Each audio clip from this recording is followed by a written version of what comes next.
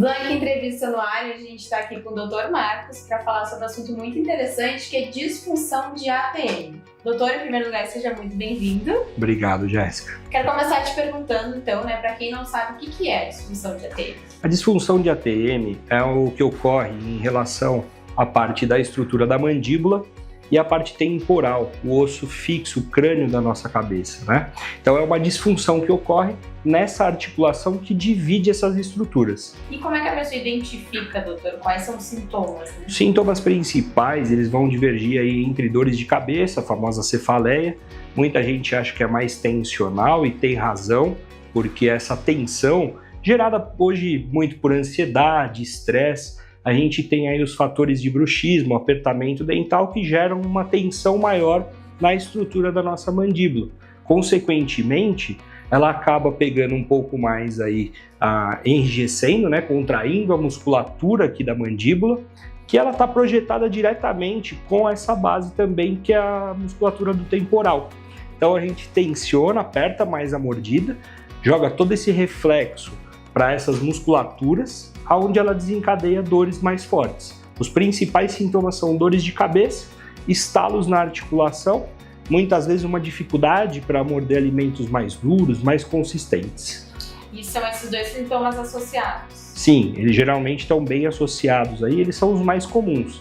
Mas a disfunção de ATM, ela é uma doença multifatorial. A gente sempre fala que depende de alguns fatores, aí, múltiplos fatores, para ela poder se desenvolver e se desencadear.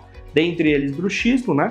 O apertamento está bem consistente, é o mais fácil da gente diagnosticar no nosso dia a dia. Certo, doutor, e quais são os principais tratamentos, né? Os tratamentos são diversos, Jéssica. A gente tem aí placas de mordida, que são o padrão ouro para a gente poder utilizar como um fator de tirar essa tensão da mordida. Então a gente consegue aí solucionar na base de 90%, 95% dos casos dos pacientes que são tratados com uso de placa tem um bom prognóstico. Mas a gente tem outros tratamentos, como a fisioterapia, fono, acupuntura, aplicação de laser nas articulações, aplicação de botox, que é o famoso botox, que é a toxina botulínica, na verdade, que a gente utiliza para relaxar as musculaturas da face. E dentre também alguns outros tipos aí mais avançados, os fatores intraarticulares que são gerados às cirurgias. Aí pode ser uma cirurgia desde minimamente invasiva, que é a artroscopia, até os casos mais avançados aí, em deslocamentos de disco, onde a gente tem um menisco que está nessa articulação, ele fica deslocado e a gente precisa reposicionar ele, colocar ele de volta no lugar, que é o procedimento de artroplastia.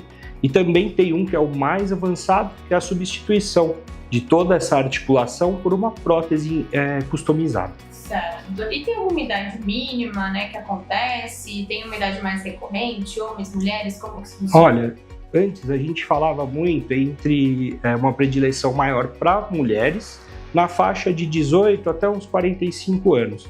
Mas o que a gente tem acompanhado e visto ultimamente no consultório, né, no ambulatório, é muito essa recorrência, sendo cada vez agora mais abrangente também em mulheres, mas também homens vêm com uma queixa muito focada nessa parte, principalmente da cefaleia, essa dor de cabeça mais evidente, gerada por esse estresse nosso do dia a dia, mas a predileção hoje ela diminui um pouco. A gente percebe que entre 15 e 16 anos ali, e ela vai se estendendo, eu tenho bastante paciente um pouquinho de mais idade, até uns 60 anos mais ou menos. Então hoje eu te diria que essa base, relação de idade, né, a faixa etária estaria entre 15 a 60 anos. Certo, doutor. E quando se trata, né, de um caso cirúrgico, né, qual que é o mais utilizado, né, desses procedimentos que o doutor citou? A gente sempre vai levar em consideração do menos invasivo para o mais invasivo, tá? Então, claro, respeitando toda a condição clínica do paciente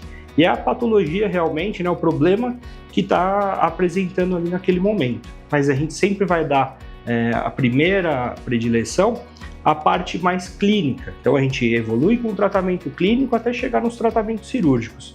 Os tratamentos cirúrgicos eles são bem eficazes, mas eles são aí a nossa segunda opção. Claro. E quando, né, precisa ser realizado o procedimento cirúrgico, doutor, é um procedimento simples, a pessoa tem que tomar, né, algum cuidado pré e pós-operatório, como que funciona? Os cuidados, geralmente, são bem simples aí, tá? É mais uma questão na evolução da alimentação. Então, a gente geralmente opta nos primeiros dias por uma alimentação mais líquida, gelada, entre 3 a 5 dias, mais ou menos. E após esse período, a gente vai evoluindo numa alimentação pastosa, para a gente estimular o movimento da articulação mais suavemente, para a gente também não dar aquele impacto, aquela rigidez logo de início, né? Mas o mais comum é a questão da alimentação. E o repouso nos 2, 3 primeiros dias ali é importante para a gente poder ter um bom acompanhamento e uma boa evolução pós-operatória. Claro, e nesse procedimento menos invasivo, né, doutor, o paciente sente dor? Geralmente o desconforto só local, só ao toque, tá? Que na verdade é como se fossem 2 agulhas que a gente projeta aqui nessa região, né? A gente vai fazer na articulação uma boa limpeza ali com soro, geralmente, para tirar toda a parte inflamatória dele. E geralmente a gente depois projeta um ácido hialurônico ou uma medicação corticoide ali, para a gente poder deixar o nível inflamatório diminuído, poder repromover essa relubrificação da articulação, mas a maior sensibilidade é mais ao toque.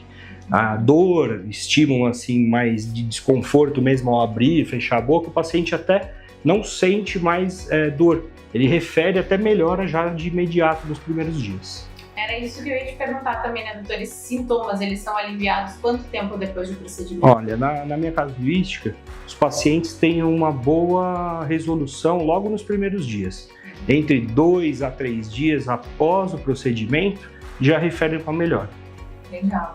Doutor, é importante sempre a gente ressaltar, né, que ao sentir algum sintoma, sempre procurar, né, o seu dentista. Sim, é sempre importante procurar um profissional e um especialista nessa área, para que a gente possa diagnosticar de uma maneira correta, indicar os melhores tratamentos nesses casos e a gente poder evoluir da forma melhor para cada paciente. Perfeito, doutor. E para encerrar, como é realizar os seus procedimentos aqui no Blank? Olha, eu sou suspeito em falar do Blank, porque é o hospital hoje referência para mim.